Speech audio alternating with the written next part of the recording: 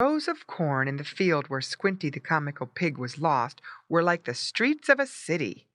They were very straight and even, just like the street where your house is, and if you liked, you could pretend that each hill of corn was a house.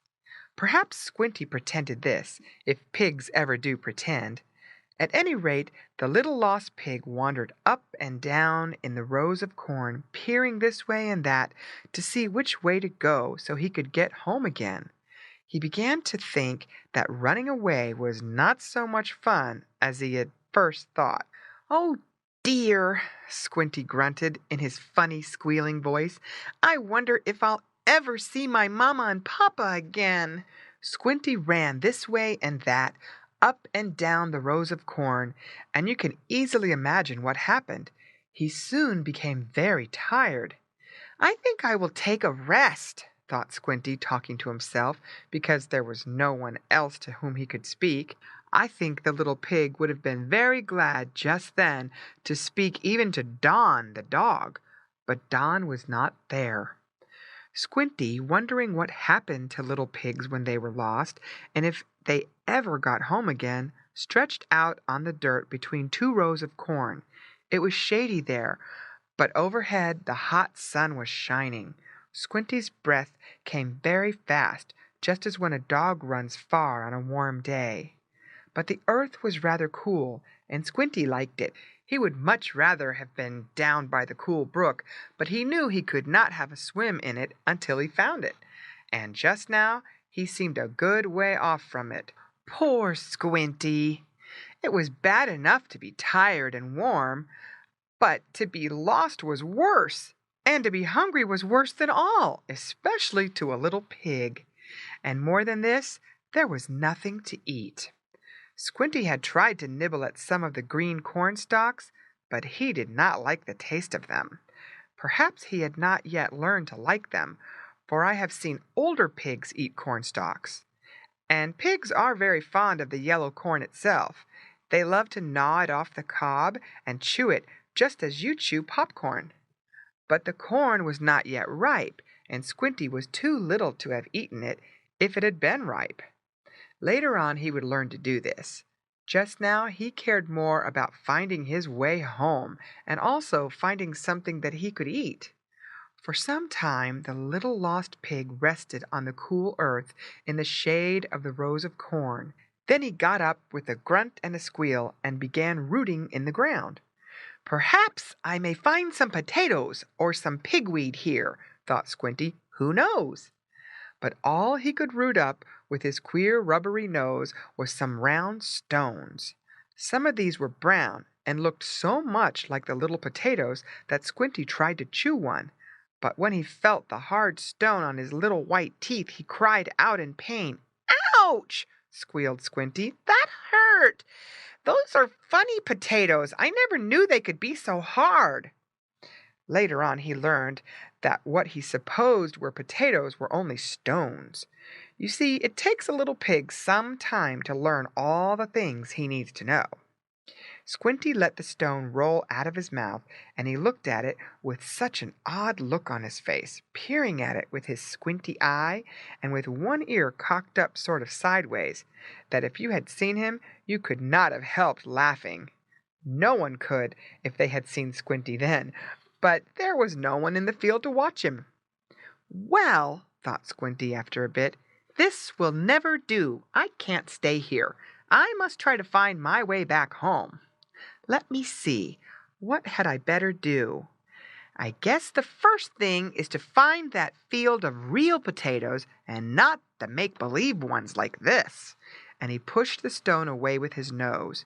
"When I find the potato field," he went on, still talking to himself, "I am sure I can find the brook where I had a swim.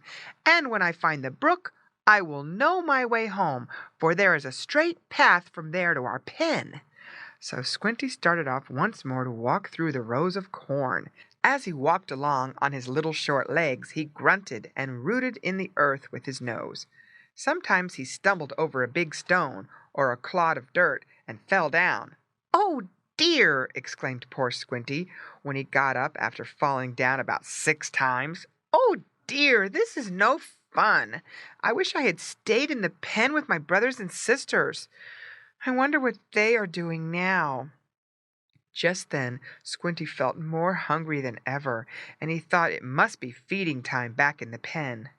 "Oh, they must be having some nice sour milk just now," thought Squinty.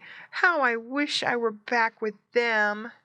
And then, as he fancied he could smell the nice sour milk which the farmer or his wife was pouring into the eating trough of the pen, Squinty just howled and squealed with hunger. Oh, what a noise he made! Then this gave him an idea. "Ha!" he exclaimed to himself in a way pigs have. "Why didn't I think of that before? I must squeal for help. My mamma or papa may hear me and come for me." Then Squinty happened to think that the hole by which he had gotten out of the pen was not large enough for his fat papa or mamma to crawl through. "No, they can't get out to come for me," Squinty thought. "They'll have to send Woof Woof or Squealer, and maybe they'll get lost the same as I did. Dear, I guess I won't squeal any more. It's bad enough for me to be lost without any of my brothers or sisters getting lost too." So Squinty stopped squealing and walked on between the rows of corn, trying to find his way home to the pen all by himself. Squinty was really quite a brave pig, wasn't he? By this time, as you can well believe, Mr. and Mrs. Pig in the pen had awakened from their afternoon sleep, and all the little pigs had awakened too, for they were beginning to feel hungry again. "Isn't it about time the farmer came with some sour milk for us?" asked Mr. Pig of Mrs. Pig. "I think it is," she said, looking up at the sun, for the sun is the only clock that pigs and other animals have. When they see the sun in the east, low down, they know it is morning. When it shines directly over their heads, high in the sky, they know it is noon. And when the sun sinks down in the west, the pigs know it is getting toward night and supper time. The sun was low down in the west now, and Mr. and Mrs. Pig knew it must be nearly time for their evening meal. "Come, Woof Woof! Come, Squealer! Come, Squinty! And all the rest of you!" called Mrs. Pig in her grunting voice. "Come get ready for supper. I think I hear the farmer coming with the nice sour milk." "Squee! Squee! Squee!" squealed all the little pigs, for they were very hungry indeed. "Squee! Squee! Squee!" They all made a rush to see who could get to the eating trough first. Some of them even put their feet in, they were so anxious. Pigs are always that way. They know no better, so we must excuse them. If they had been taught not to do that, and then did it, we would not excuse them. "Here comes the farmer with the sour milk," grunted Mr. Pig. "Oh, how good it smells!" Then Squealer cried, "Why, where's Squinty?" His brothers and sisters looked around. Squinty the comical pig was not to be seen. But we know where he was, even if his mamma and papa and brothers and sisters did not. Squinty was in the cornfield trying to find his way back to the pen. "Why, where can Squinty be?" asked Mrs. Pig. "Squinty! Squinty!" she called, grunting and squealing as she always did. "Come to the trough," she went on. "Supper is ready." But Squinty did not come. The farmer poured the sour milk down the slide where it ran into the trough, and the little pigs began to eat. But Mr. and Mrs. Pig began looking for Squinty. They turned up the straw, thinking he might be asleep under it. No Squinty was to be seen. Then Mr. Pig saw the hole under the sideboards of the pen. "Ha!" exclaimed Mr. Pig, speaking to Mrs. Pig. "I think perhaps Squinty went out there." "Oh, so he did," said Mrs. Pig. "What shall we do?" Just then the farmer looked over in the pen to see how fat the pigs were getting. He counted the little pigs. Then a queer look came over his face. "Hello!" he exclaimed. "Only 6 here. One of those pigs has gotten out. I must look into this." Quickly he glanced all about the pen. He saw the hole out of which Squinty had run away. "I thought so!" exclaimed the farmer. "One of the pigs has rooted his way out. I'll have to go after him.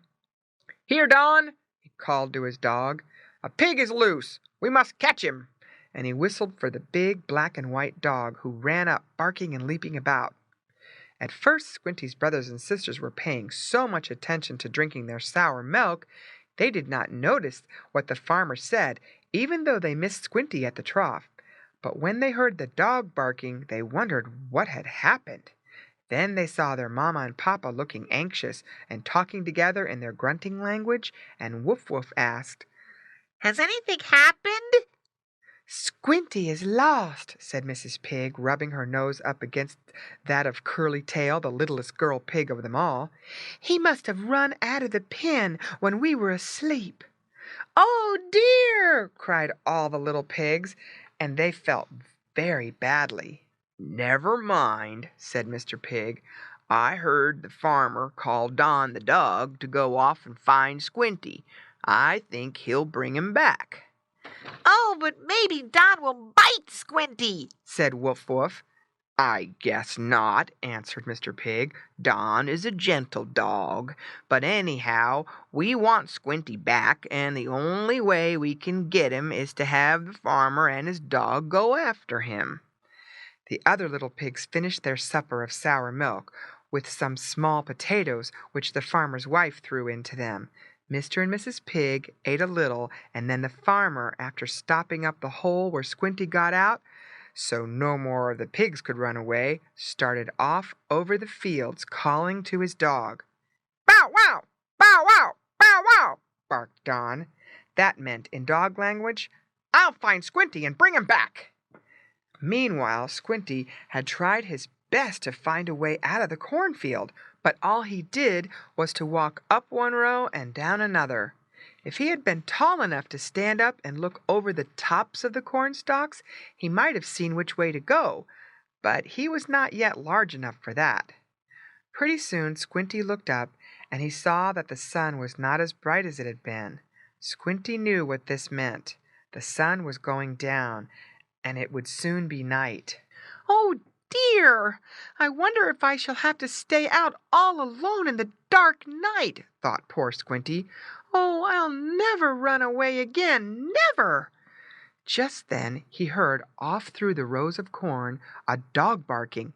"Bow wow! Bow wow! Bow wow!" went the dog. "Oh, what shall I do? Where shall I hide?" thought Squinty. "A bad dog is after me." He ran this way and that, stumbling and falling down. The barking of the dog sounded nearer. Then Squinty heard a man's voice saying, "Get after him, Don! Find him! Find that pig!" "Bow wow!" was the barking answer. "Ha!" thought Squinty. "Don! That's the name of the good dog on our farm. I wonder if he's coming after me." Just then the farmer, who had been following the tracks left in the soft ground by Squinty's feet, came to the cornfield. The farmer saw where the pig had been walking between the green rows of corn. "He's here somewhere, Don," the farmer said. "Find him."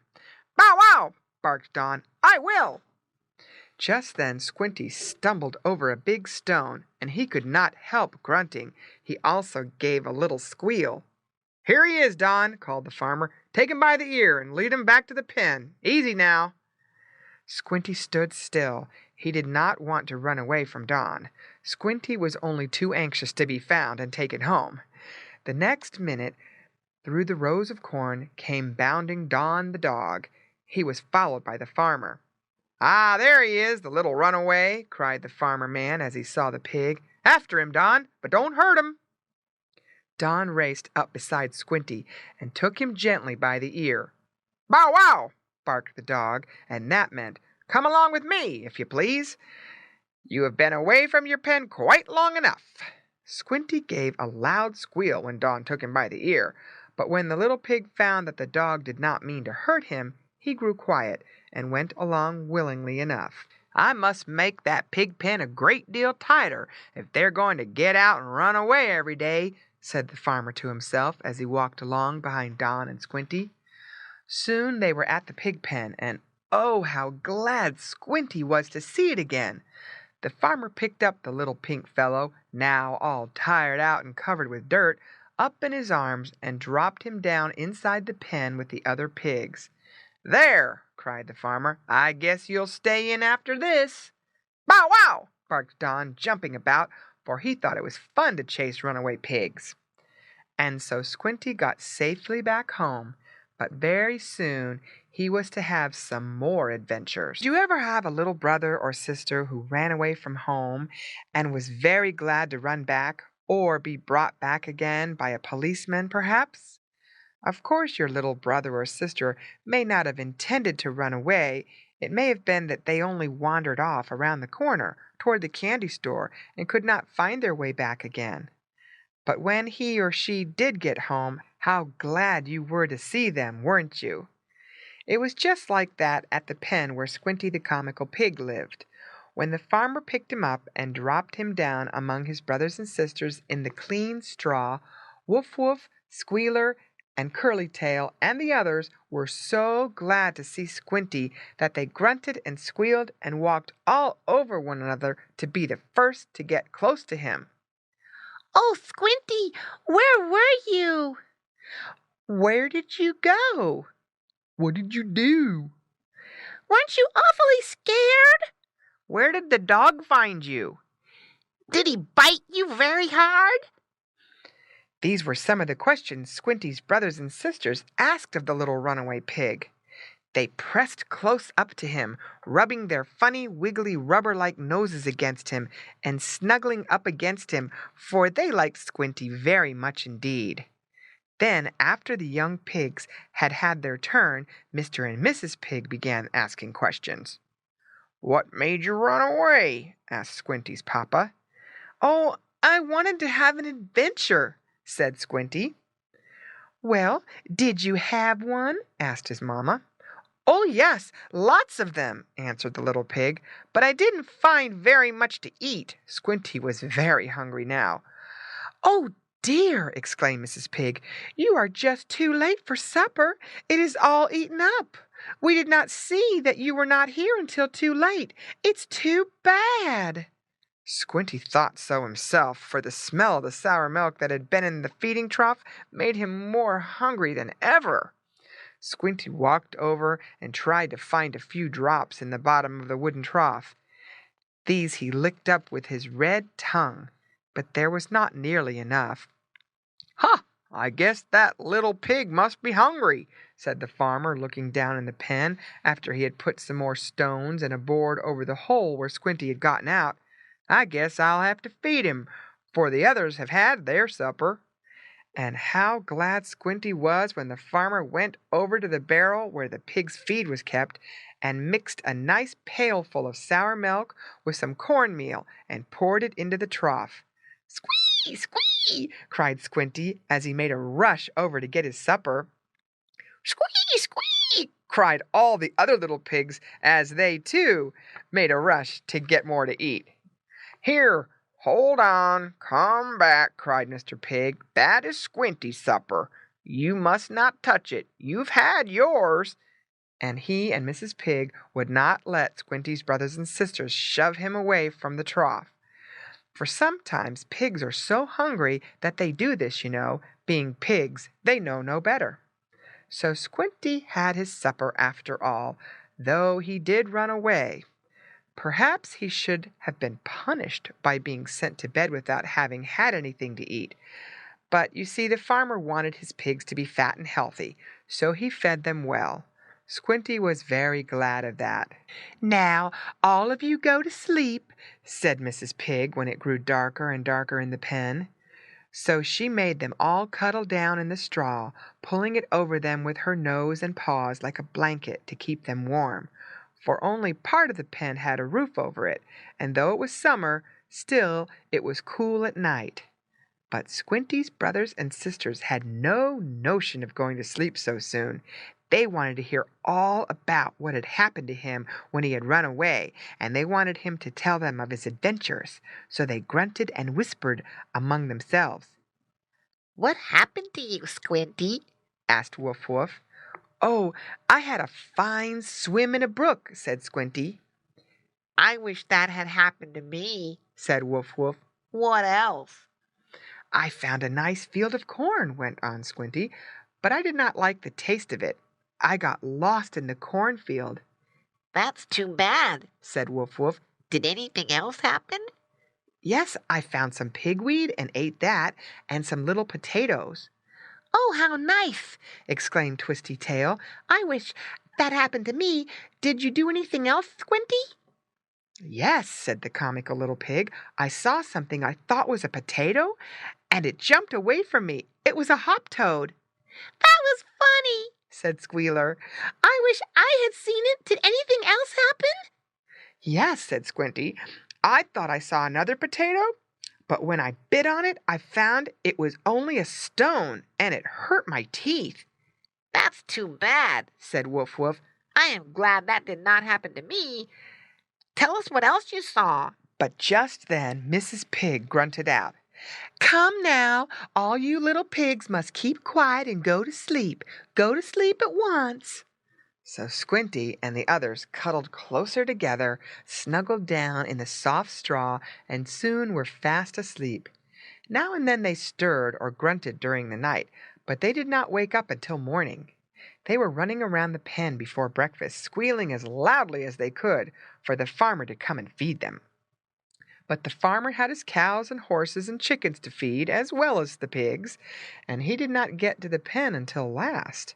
And when he did, all the pigs were so hungry, even Mr. and Mrs. Pig, that they were squealing as hard as they could.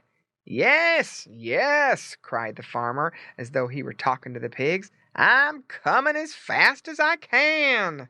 Soon the farmer poured some sour milk and cornmeal down into the trough, and how eagerly Squinty and the others did eat it. Some of the smaller pigs even put 2 feet in the trough. They were so anxious to get their share. Squinty had an especially good appetite from having run away, so perhaps he got a little more than the others. But finally the breakfast was all gone, and the pigs had nothing more to do until dinner time. That is, all they had to do was to lie down and rest, or get up now and then to scratch a mosquito or a fly bite. "Well, I guess none of you will get out again," said the farmer after a while, as he nailed a bigger board over the hole by which Squinty had gotten out. "Don, watch these pigs," the farmer went on. "If they get out, grab them by the ear and bring them back." "Bow wow!" barked Don, and that meant he would do as his master had told him. For several days after this nothing happened in the pigs' pen except that they were washed off with the hose now and then to clean them of mud and make them cool. Once in a while the farmer would take a corn cob and scratch the back of Mr. or Mrs. Pig, and they liked this very much. The other pigs were almost too little for the farmer to reach over the top of the pen. One day the pigs heard merry shouts and laughter up at the farmhouse. They were the sounds of boys' and girls' voices. Then came the patter of many feet. "Oh, look at the pigs!" someone cried, and Squinty and his brothers and sisters, looking up, saw over the edge of the pen some boys and girls looking down at them. "Oh, aren't they cute?" exclaimed a girl. "Just lovely," said another girl. "Pigs are so nice." "I wonder if any of them can do any tricks?" asked a boy who stood looking down into the pen. "These aren't trained circus pigs," spoke one of the girls. "They can't do tricks." The boy and the girls stayed for a little while watching the pigs. Then the boy said, "Let's pull some weeds and feed them." "Oh, yes, let's!" cried the girls. The pigs were glad when they heard this, and they were more glad when the boy and the girls threw pigweed and other green things from the garden into the pen. The pigs ate them all up and wanted more. After that, for several days, Squinty and his brothers and sisters could hear the boys and girls running about the garden, but they could not see them because the boards around the pig pen were too high. The boy and the girls seemed to be having a fine time. Squinty could hear them talking about hunting the hens' eggs and feeding the little calves and sheep and riding on the backs of horses.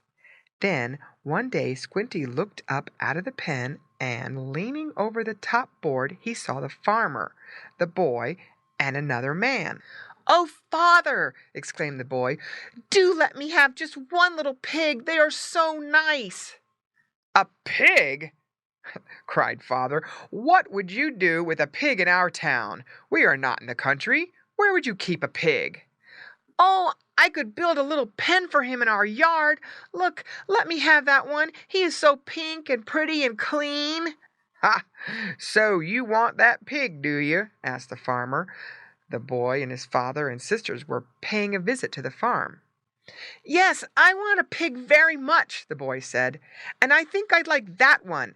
And he pointed straight at Squinty. Poor Squinty ran and tried to hide under the straw, for he knew the boy was talking about him. "Oh, see him run!" cried the boy. "Yes, I think he's the nicest pig in the lot. I want him. Has he any name?" "Well, we call him Squinty," the farmer said. "He has a funny squinting eye." "Then I'll call him Squinty too," the boy went on. "Please, Father, may I have that little pig?" "Well, I don't know," said his father slowly, scratching his head. "A pig is a queer pet. I suppose you might have him, though. You could keep him in the backyard. Yes, I guess you could have him if Mr. Jones will sell him, and if the pig will behave. Do you think that little pig will be good, Mr. Jones?" asked the father of the farmer man. "Well, yes, I guess so," answered the farmer. "He has run away out of the pen a couple of times, but if you board up a place good and tight, I guess he won't get out." "Oh, I do hope he'll be good!" exclaimed the boy.